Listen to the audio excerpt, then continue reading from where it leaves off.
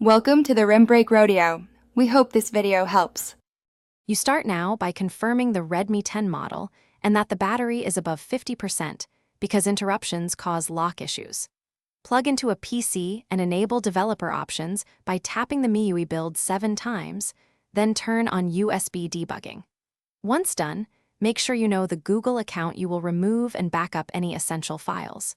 You are preparing the phone and computer to communicate. This setup prevents mid-process bricking and speeds the FRP removal steps that follow.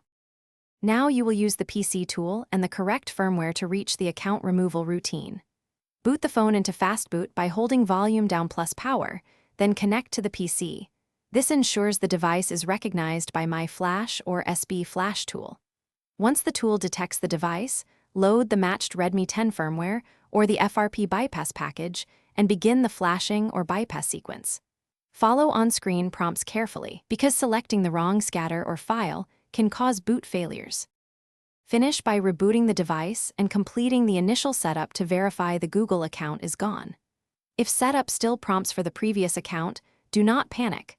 Power down and repeat the process using an alternative FRP bypass tool or a different, exact firmware variant for your Redmi 10.